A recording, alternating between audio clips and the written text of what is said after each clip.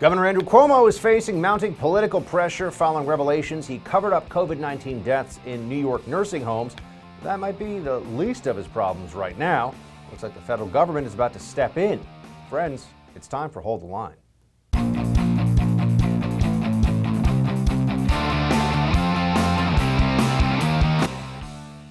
Welcome to Hold the Line. I'm Buck Sexton. He was the hero of the pandemic. Don't you remember that? Governor Andrew Cuomo, applause from across the nation. Fauci said he was doing a great job. And if Fauci says it, St. Fauci, of course, how could anybody disagree? He was the model of a leader. He wrote a book about leadership during COVID. He got an Emmy for his press conference about COVID. Oh, and he's got some problems now. Turns out that was all a fraud. The reason that the media went along with it, they actually puffed it all up, they were a part of the scam, was because Cuomo went anti-Trump in an election year. He's a big-name Democrat, and they decided to back him to the hilt. It didn't matter that he had the single worst record of COVID-19 deaths in nursing homes and in general across the entire country. It didn't matter that Andrew Cuomo was actually a disaster in dealing with this. He was a useful tool of anti-Trumpism at a time when the nation was scared, when anxiety was running rampant, when people were too afraid to think and certainly too afraid to ask questions. Now, though, we have some answers. Now we've finally seen some of the truth here about who Andrew Cuomo really is and what he was doing during this pandemic. Even some Democrats are getting in on it. And maybe the FBI, too. That's right. This has escalated, friends. This has gone to a whole other level. But first, let's deal with the political realities of what Cuomo faces. And then we can talk about the possible criminal justice ramifications of this. Oh, yes. Here is New York Assemblyman Ron Kim talking about how he was recently threatened by Andrew Cuomo for speaking out about how Cuomo was a disaster who lied about the nursing home deaths. Governor Cuomo called me the next day at 8 p.m. while I was about to bathe my kids. I was with my wife, and for 10 minutes, he berated me. He yelled at me. He told me that, my career will be over. He's been biting his tongue for months against me. And I had tonight, not tomorrow, tonight, to issue a new statement essentially asking me to lie. And asking me, I heard and I saw a crime the other day. And he's asking me that I did not see that crime. What did the Cuomo camp say in response? I bet you can guess, because, he's a bully and a liar. But Rich Azzopardi, the senior advisor to Cuomo, said, Mr. Kim is lying about his conversation with Governor Cuomo Thursday night.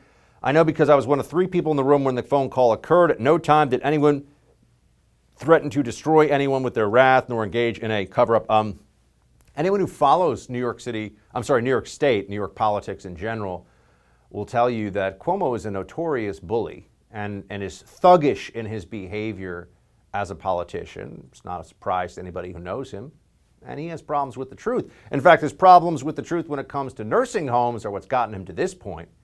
But even Mayor Bill de Blasio of New York City, a guy who's doctrinaire, progressive, a left-winger, somebody that a lot of Democrats would think is even further to the left than they are, even he looks at Governor Cuomo and says, oh, that guy's a jerk. We all know that. It's a sad thing to say, Mika, but that's classic Andrew Cuomo. A lot of people in New York State have received those phone calls. The bullying is nothing new. I believe Ron Kim, and it's very, very sad. No public servant, no person who's telling the truth should be treated that way. But yeah, the threats, the belittling, the demand that someone change their statement right that moment, many, many times I've heard that, and I know a lot of other people in this state have heard that. Mm-hmm. This is well known, I will tell you. De Blasio is telling the truth here. Cuomo is a vindictive and vicious bully. But hold on a second. Wasn't it just a few months ago he was getting an Emmy and he was on CNN with his brother, we'll get to that in a second, where they were all, oh, look at how great I am. I'm amazing. I saved you all from COVID. Shut up and keep your restaurants closed as long as I say so. Don't ask any questions. What happened to that Cuomo? Oh, that's right. Facts came to light, inconvenient things, stubborn things even. That was a problem for him. But his problems may just be beginning. The FBI, in fact, may be taking a look into the corruption at issue here. FBI and the U.S. Attorney in Brooklyn, that'll be the Eastern District, probing Cuomo administration on nursing homes. Now, this could just be a pretty perfunctory look at things, but here's the issue.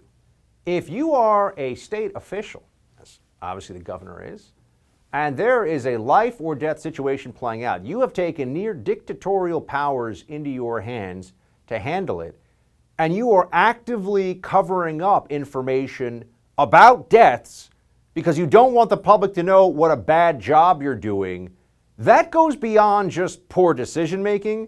That's fraud. That's corruption. That's a problem. That's the kind of thing that law enforcement authorities have to take a look at. Federal ones at that. Now, I will tell you, I do not have a lot of belief in this Biden administration DOJ, that's for sure. It would embarrass them to have to actually hold Andrew Cuomo to account for what happened here. It's very unlikely you will see justice. I know right now people want to believe, oh, there'll be a full investigation and all the truth, all the facts will come out. But just the fact that here we are, somebody who was held up by the Democrat left, by the media, as, like I said, a hero, when he's really the villain of COVID leadership response. But he gave these press conferences and he seemed also so at home and folksy and the whole thing. It shows you what a bunch of liars and frauds our corporate media are, and it shows you the lengths they're willing to go to in order to try to defeat Donald Trump in an election year, because that was what Cuomo knew he could hold on to above all else. As long as he was useful for beating Donald Trump in 2020, they would never tell the truth about him. And now that he's no longer as necessary for that, perhaps Letitia James, the New York State Attorney General, has her eye on the big job. Now they've decided that they can't hold it back anymore. Now it looks like Andrew Cuomo might actually have to explain to people and not just call them and yell at them and threaten them. One thing he won't be able to do, from what we understand, is go on CNN and have his brother do some kind of quasi-variety show with him. CNN says you can't have your brother on TV and have this whole back and forth situation. So there's that. If you saw some of those clips, and I unfortunately did, and you remember what was going on during that time, pretty reprehensible stuff to be on a news network, honestly. It was really a point in time in New York specifically where people were dying in large numbers in nursing homes that he was supposed to be overseeing and handling. And what was he yelling about? Ventilators, how Trump wasn't doing enough, how it was Trump's fault, how it was the European virus. Speaking of the virus, this is a thought that I want to put in your mind now. We'll talk about this more in the days ahead. How many headlines have you seen across the country, whether it's from a press conference from Andrew Cuomo or anybody else? How many headlines have you seen about the massive drop in COVID cases nationwide over the last month? There you see that downward curve there? Cases are down about 70% roughly in the United States in the last month or so. Doesn't that sound like something everybody should know about? Shouldn't we be really enthusiastic about this and pleased? Shouldn't there be a sense of optimism, a tremendous optimism that we will get out of these lockdowns and get our lives back? Cuomo only has New York City at 25% indoor dining. California's still got all kinds of restrictions in place. A lot of states do. What you're going to see is they don't want to give it up. They will eventually, but they're going to make it as painful and drag it out as long as they possibly can, because the Democrat Party is obsessed with control and they're not going to just relinquish it. So we're going to have to fight with them on this. We're going to have to say, enough. The Constitution still counts. The rule of law still matters. This is not a COVID dictatorship, not in New York, not anywhere else. We've got more on the growing scandal around the New York governor with chairman of the New York GOP, Nick Langworthy. That's when we come back. You never thought COVID-19 could cost you your home, right? Well, it just might. Here's why. Cybercrime is up 75% overall. And when it comes to your home, the most serious cybercrime by far is home title theft. That's right, cyber criminals, foreign and domestic, are now after our homes, and it's easier than you'd think. The title documents to our homes are online now. The thief finds your home's title and forges your signature on a quitclaim deed stating you sold your home to him. Then he takes out loans on your home and leaves you in debt.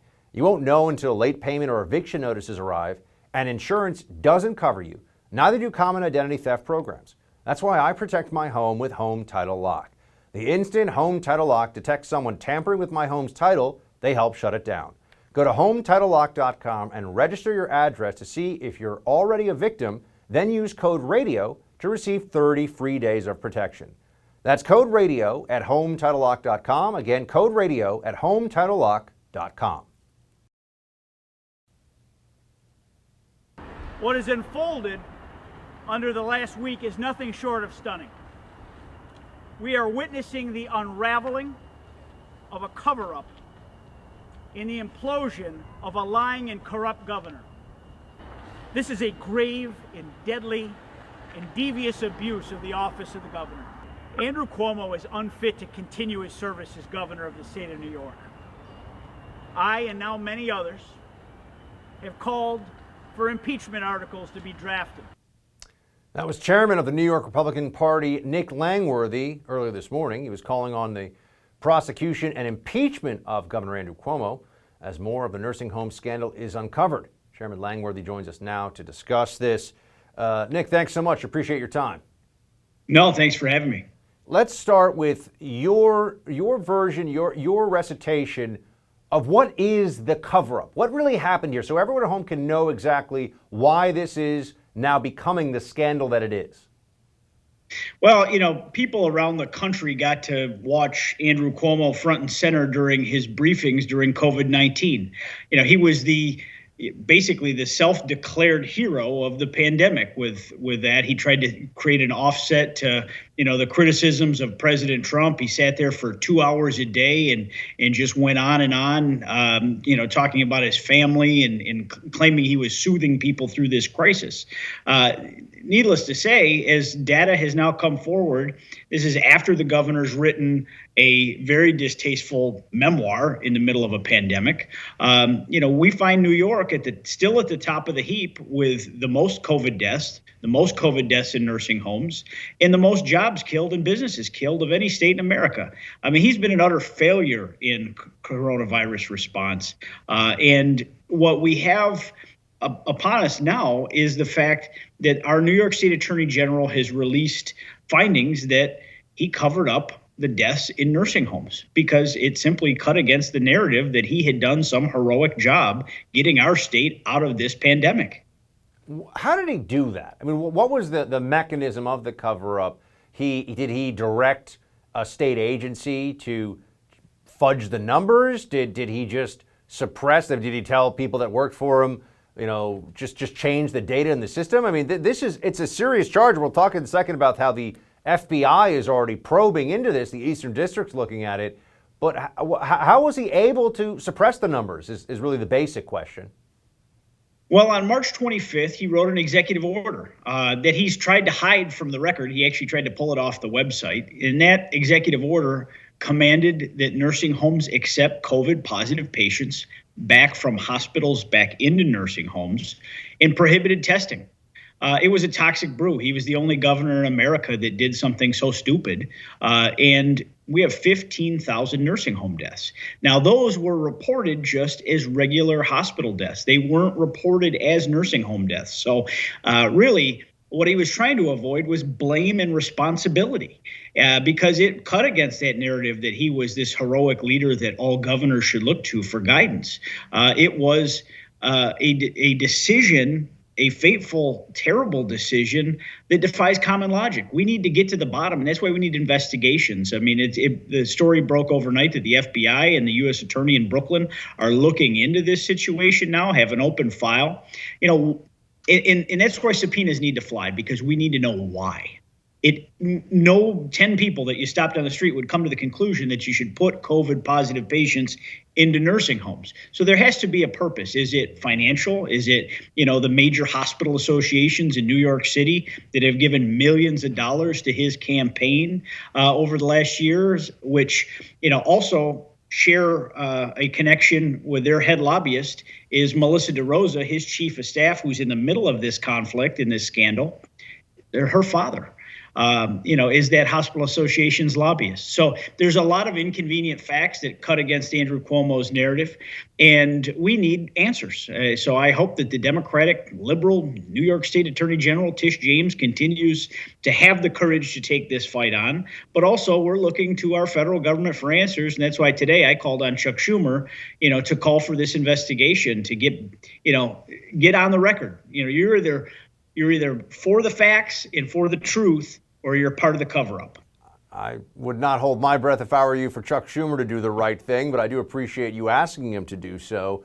I would want to know what do you think? You mentioned the New York State Attorney General with the Eastern District of New York looking, according to reports, looking into this, a probe, not really a full investigation, but early stage.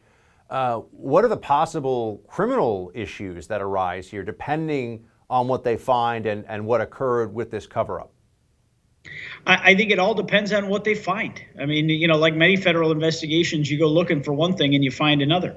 I mean, this governor has avoided the heat of federal officials. Preet Bharara, those that, follow New York State politics, know that two of our state's legislative leaders went down on corruption scandals. And then the governor actually impaneled a group to investigate the government, and he turned out into corrupting that very investigation by the Moreland Commission that he called for and then shut down because it was doing the work it was supposed to do. I remember that.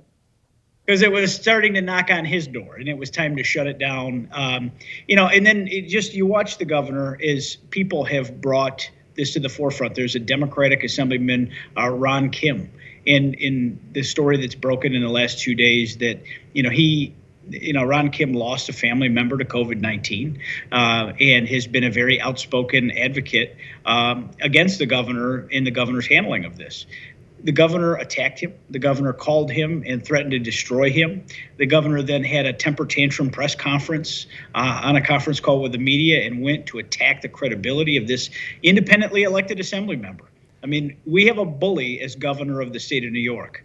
And what people are starting to realize is they're standing up to him is when just like on the schoolyard, if you punch a bully in the face, they collapse.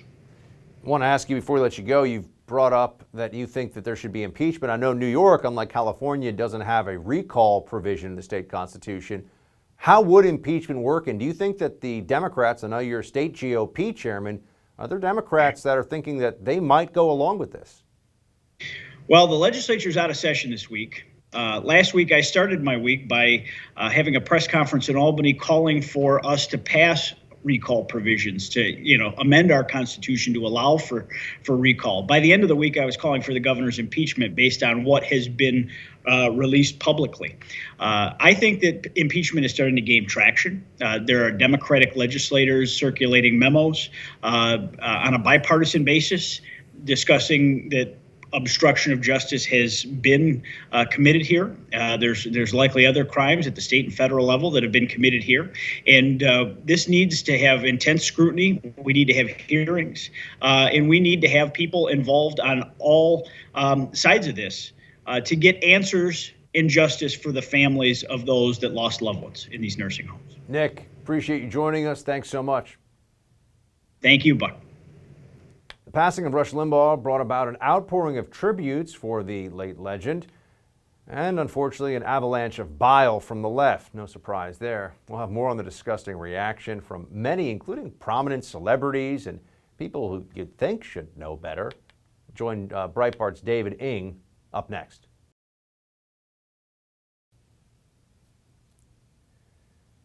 It's been barely 24 hours since the passing of conservative talk show legend Rush Limbaugh.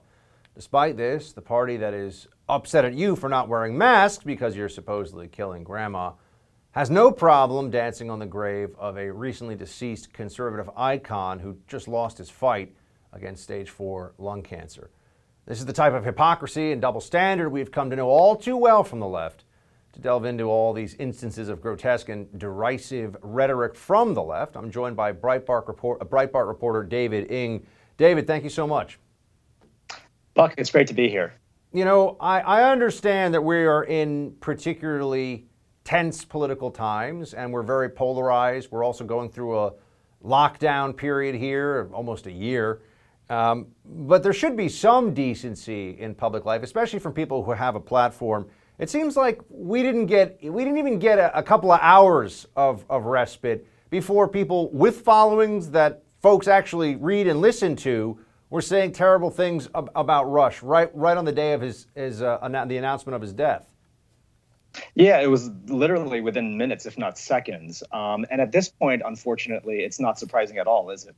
That, media elites, Hollywood elites would kind of sink to a new depth at news of the death of this icon.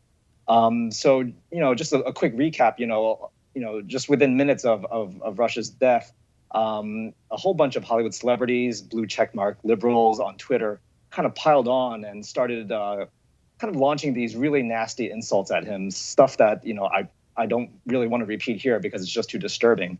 But it was just really low, profane, obscene things at him. And it was, in one sense, par for the course, but I think it's illustrative of certain things in that their feelings for him aren't political. They're completely emotional. It is a completely emotional reaction that they were having. And when it comes to emotion, it's very hard to reason with that. And it's very hard to kind of control that on their side. So I think that's what you were seeing was this kind of visceral reaction to him rather than something that would be, let's say, more political or partisan in nature. I know on the site where you work as an editor at Breitbart, the star of Hellboy, Ron Perlman, expresses his sympathy for the devil because Rush Limbaugh will spend the rest of eternity in hell. One thing that I find remarkable here, David, and I know we can't prove this, but I think we both know this. People like Perlman, Ron Perlman here, this guy who's been in a few movies, they've never even listened to, they don't know anything about Rush Limbaugh. They repeat these things. This is the liberals that I come across, the leftists that I see in public life who hated Rush the most and are saying the most vicious stuff about him now have absolutely no idea what he said on the air. And their own side, the left, has no problem with this at all. As long as you're mouthing the preferred slogans and epithets, doesn't matter that you actually have no idea what you're talking about.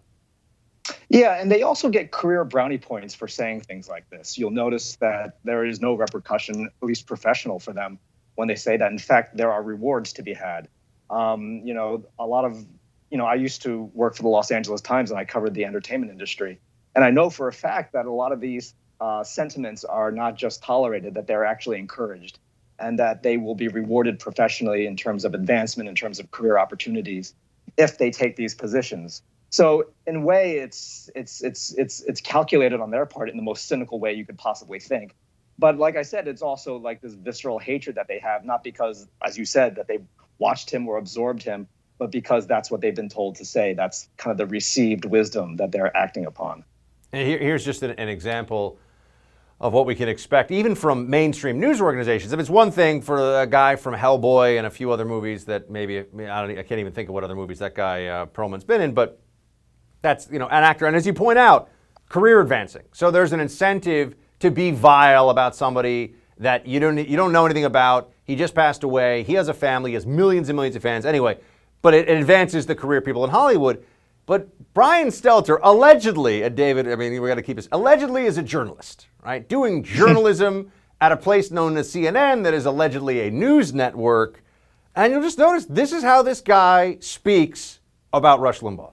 In the obituary, we were talking about the many controversies and scandals in his career, many others that I even left out. But you think about the daily relationship he had with listeners, and that is really what Rush Limbaugh was about. That daily relationship, talking to people who were driving in their cars, turning on the radio at noon Eastern time every day in their homes, wanting to hear from him every afternoon. The content was very polarizing. I would argue oftentimes it was all about grievance culture, making conservatives out to be the victims. And yet he had an incredible connection to his fan base with those daily themes, day in, day out. It's that kind of connection that made him the most prominent broadcaster in right-wing radio for decades. I just thought it was interesting. He led with all the controversies from Russia? I mean, if by controversies they mean at one point he had an addiction to a prescription drug that he managed to beat, which I thought in America we celebrate when people get past their addictions and beat them.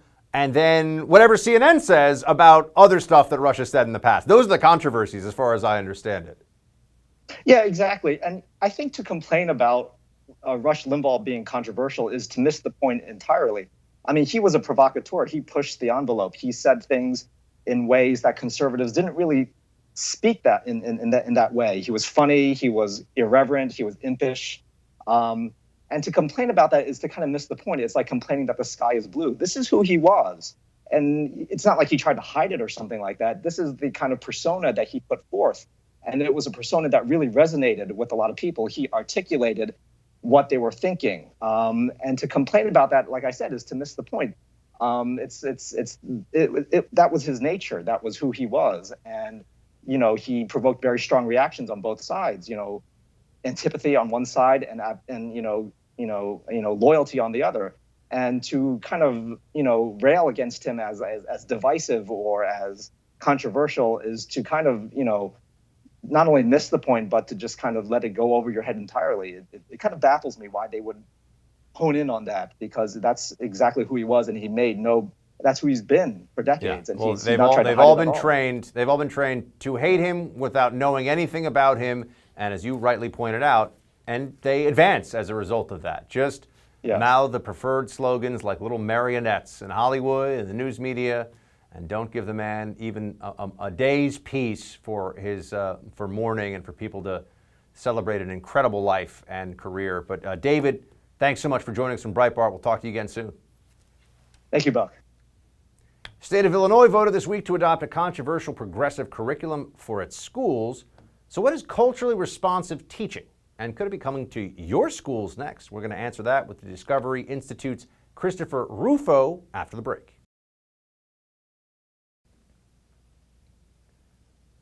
Yesterday, we told you about the New York City high school that is urging parents to reflect on their whiteness.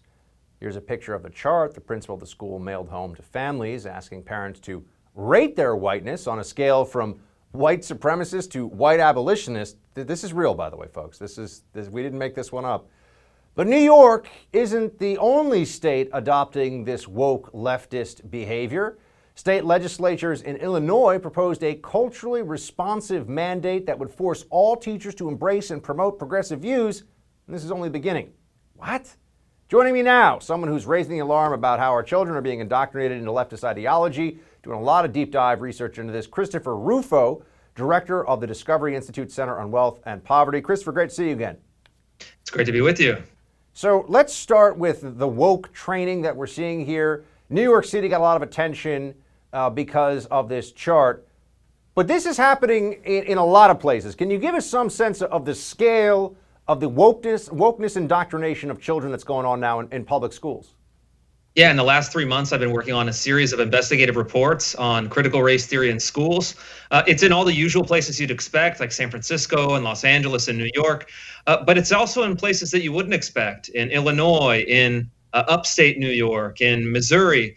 And the idea is pretty simple. They are teaching a revisionist history of the United States, casting this country as fundamentally evil and illegitimate, and then training students in what is called critical consciousness.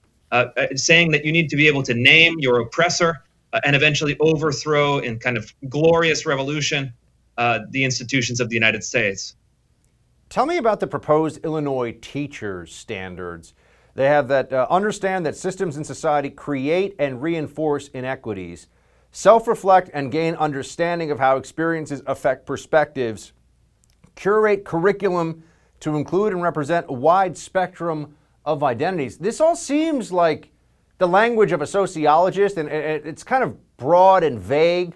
What do they actually mean with this? Why are, people think of teachers, Illinois or anywhere else, teaching the ABCs and math. What is all this stuff supposed to do? What is it about?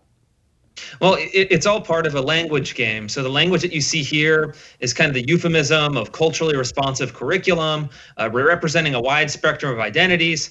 It all sounds kind of neutral, maybe even sounds positive to many people, but it's really the kind of surface level. And underneath the surface, it's all emerges from the idea of the pedagogy of the oppressed, the idea that the education system should be used to further a left-wing cultural revolution. So this is the public-facing kind of euphemisms on the surface. But when I'm showing within the classroom, once this actually gets translated into practice, it's something that is much more nefarious and opposed by large majorities of Americans. The San Francisco Unified School District, SFUSD, postponed a scheduled talk on how to safely reopen classrooms despite an ongoing lawsuit by the city's attorney's office, opting instead to work on renaming 44 of the city's public schools. So we don't have schools open, but we have, in a major school district like San Francisco, social justice warriors trying to tell us that we need to focus on renaming schools that include names like Abraham Lincoln. Yeah, I mean, they really think that Abraham Lincoln apparently didn't do enough to advance kind of racial justice in the United States, which is, of course, absurd. But the larger point, I think, is this. It's that these schools, like San Francisco, which has one of the largest black-white achievement gaps in the country, are really trying to deflect blame from their own failed education system, their own failed public policies. And they're trying to shift the blame to these abstractions of white supremacy or historical figures such as Abraham Lincoln. But the facts in this are clear. Abraham Lincoln did more than anyone, certainly more than anyone on the San Francisco School Board, for African Americans and for the United States of America. And I think people are seeing through this, especially as more reporting comes to light. What does critical race theory seek to achieve in schools? And also, I know you've done work on the government indoctrination process where civil servants, employees of the state, also find themselves being taught CRT in different manifestations. What do they seek? What do they seek to achieve? I mean, when would we reach a point where we wouldn't, based on their teachings, if you will, that we wouldn't need critical race theory anymore? What does success look like? I always wonder. Yeah, in the actual academic theory, they say that state that you're talking about, a state in which we've achieved equality, that we won't need critical race theory, is actually impossible. The fundamental belief of critical race theory, one of its core intellectual tenets, is that racism is everywhere, at all times throughout history, in every facet of human life. It can't be eradicated. It can't even be reduced in many cases. It just evolves to become more subtle. And you'll hear critical race theorists make the argument that racism in 2021 is just as bad as in 1951, is just as bad in 1851. It's just merely evolved and become more subtle. But this is just a kind of progress, is merely a camouflage for the continuation of white supremacy in America. Based on critical race theory teachings, is it possible to be racist against whiteness, or is anti-white racism possible, or does critical race theory suggest that that's in fact impossible because of the hierarchies of oppression? Yeah, that's right. I mean, it's really embedded in their kind of core idea that the world can be divided in an almost mystical way between whiteness and blackness. And whiteness is synonymous with oppression, with a certain set of values and assumptions and ideas. And therefore, the oppressor cannot be oppressed. Any action against whiteness is a form of liberation.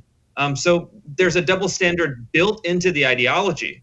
And that's what we're seeing manifested and expressed in our institutions today. And what ways are you expecting the Biden administration at the federal level to expand upon and push even further on the kind of woke critical race theory teachings we're talking about? Yeah, I'm not persuaded that President Biden even understands a lot of this stuff. He's a kind of old school Democrat. He doesn't seem to convey the idea that he understands the nuance, but certainly Kamala Harris and then people at the cabinet and sub-cabinet level are going all in on this equity agenda. And I think Biden is frankly too weak of a president to resist this impulse. He knows where the political energy is. He knows where the base is, and the kind of apparatchiks of the federal machine are going to install this critical race theory, a quote unquote equity agenda throughout our institutions. Are parents starting to realize what's going on here and doing something about it? Is there any sense of a growing backlash, or are we still stuck in a kind of woke somnambulance? Yeah, I think there's some parents that are starting to fight back. It's just starting. There's not many, but I have documented some successful cases. And one interesting twist on this is the most successful parents are actually in West Coast cities and are actually predominantly Asian and Chinese American. A lot of the families I talked to that have successfully pushed back and told me in my reporting, we left the Cultural Revolution in China, their repressive system there, to come to the United States for freedom, for a good education, for opportunity. And we know that this critical race theory-based cultural revolution will end in disaster. And they've actually shut down these programs in a number of cities in California, as well as running a successful ballot initiative to prevent affirmative action, which would deeply damage the prospects of Asian American children. Chris, really appreciate your expertise on this. Thank you for being with us. Thank you. After the break, some quick hits coming up. These days, being prepared for the unknown is more important than ever. I'm sure you've noticed the world we live in is anything but predictable. We could all benefit from something reliable right about now. You got this Biden administration coming in, spending trillions and trillions of dollars. They're going to be raising taxes. Who knows when they're going to let the economy reopen? And what's that going to mean for the dollars in your bank account? Well, you need something reliable right now. And what could be more reliable than real gold and silver? I'm talking about actual gold and silver you can hold right in your hands. Call the Oxford Gold Group right now and learn how easy it is to get real gold and silver sent securely directly to your home, or how you can have real gold and silver placed in your IRA or 401k. Just call the Oxford Gold Group at 833-600-GOLD and ask for your free guide on owning gold and silver.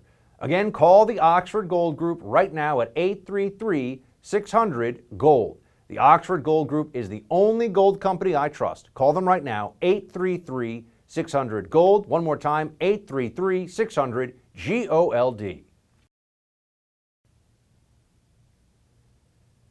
Jen Psaki doesn't know if America will ever return to normal, and Donald Trump pops his head up to talk about Joe Biden a little bit. Those stories are up in Quick Hits. Let's start with the latest Psaki bomb. Here she is on, do we ever think we're actually going to get back to normal in this country? It really all depends, because Democrats, a lot of them like having people deliver all their food to them, and they don't have to actually go to the office. And it's just like one big Netflix slumber party if you can work remotely and have plenty of cash reserves, right? No big deal. Just wear your mask. It looks cool. That's what they tell you. It's a patriotic duty, Joe Biden says. Who wants normalcy when we can all walk around totally paranoid and freaked out as the latest Fauci pronouncement is dropped from on high about how we can't breathe anymore or else we're going to kill somebody? Here's what Jen Psaki said. This is the question, as I'm sure is the case for all of you, that every neighbor, every friend, every family member asks, at least me in the street when I'm walking my dog in the morning. We want to be straight with the American public, though. We are not in a place where we can predict exactly when everybody will feel normal again. And there are a number of reasons. One is, even though we will have enough doses for every person in this country, as you all know, because we've talked about it in here, vaccine hesitancy remains a challenge. We need to ensure that everybody who can get a dose is getting a dose. We will also need to be masking for some time. We will also need to be still taking social distancing measures. You're going to have to mask and social distance even when everybody's had an opportunity to get the vaccine. So when does it stop?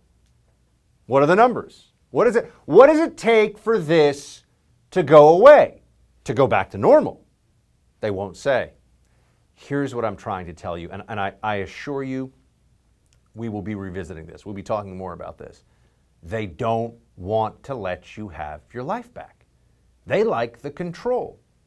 And you say, who's they? Oh, all the Fauciites, the bureaucrats, the Democrats, the media. They've created this whole new world where they all just sit around and talking about how they're the good people that are fighting against the virus. And if you listen to them, maybe we'll all be okay at some distant point in the future. But if you have a problem with taking dictation from a bunch of idiots, you're the problem. In fact, you don't care about grandma dying from COVID-19. That's what they've been saying now for a year, even though, look at the data. What did all their mitigation, what did all the masking and the social distancing really end up doing for us? Ask yourself that question. We're going to keep going, though. Even after everyone's had a chance to get the vaccine, They can't just say, you know what, guys, by August, assuming we're on schedule, you get to go back to life. No more masking, no more of this craziness. They won't say that. Why? They can always change their mind, but they won't even, which they would do, by the way, but they won't even do that. They want it to be, it's a very straightforward rule they want us to all to be living under, because I said so. That's the lockdowner approach, because I said so. If you have a problem with that, they got a problem with you. Speaking of the vaccine, you would be surprised to hear that Joe Biden believed there was no vaccine when he came into office. That's not true. And who better to point out that it's not true than the one and only Donald J. Trump, 45th and former president of the United States? Well, I saw that he said that there was no vaccine when he came into office, and yet he got a shot before he came into office. And it was already in early November that we announced it, but we actually had it substantially before that. And we were giving millions of shots and millions of doses. So he was either not telling the truth or he's mentally gone, one or the other. Yes, Biden says it was not vaccinated. There was no vaccine, and of course they're showing footage of him being vaccinated. So we're all quite sure he knows there's a vaccine. He misspoke. Fine. He said something that no one really could believe he thought was going to stand the test of time. But what was fascinating was the way the journos, during that CNN town hall where he said that there was no vaccine when I came into office, the journos immediately said, they didn't say what he said is untrue, he should correct it. They corrected it for him. They're like, oh yeah, no, we know what he meant.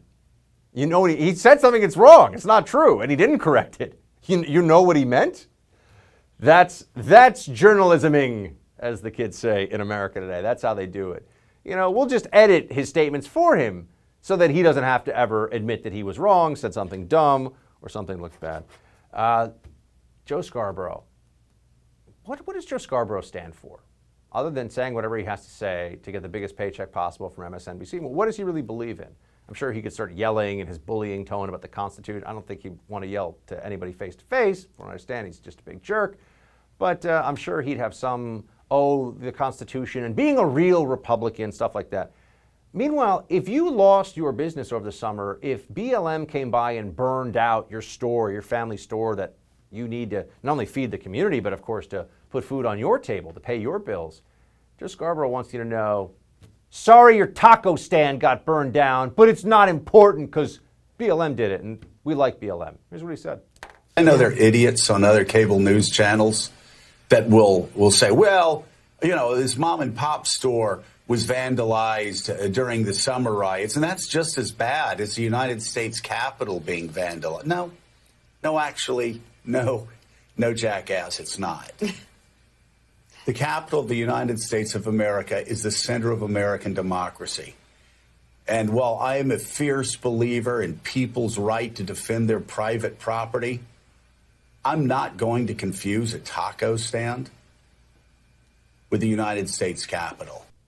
Thousands of businesses looted, vandalized, destroyed, in some cases burned to the ground. A police station burned to the ground.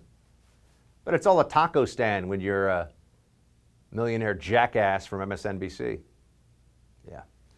That's it for Hold the Line tonight. The No Spin News with Bill O'Reilly is up next. Shields high.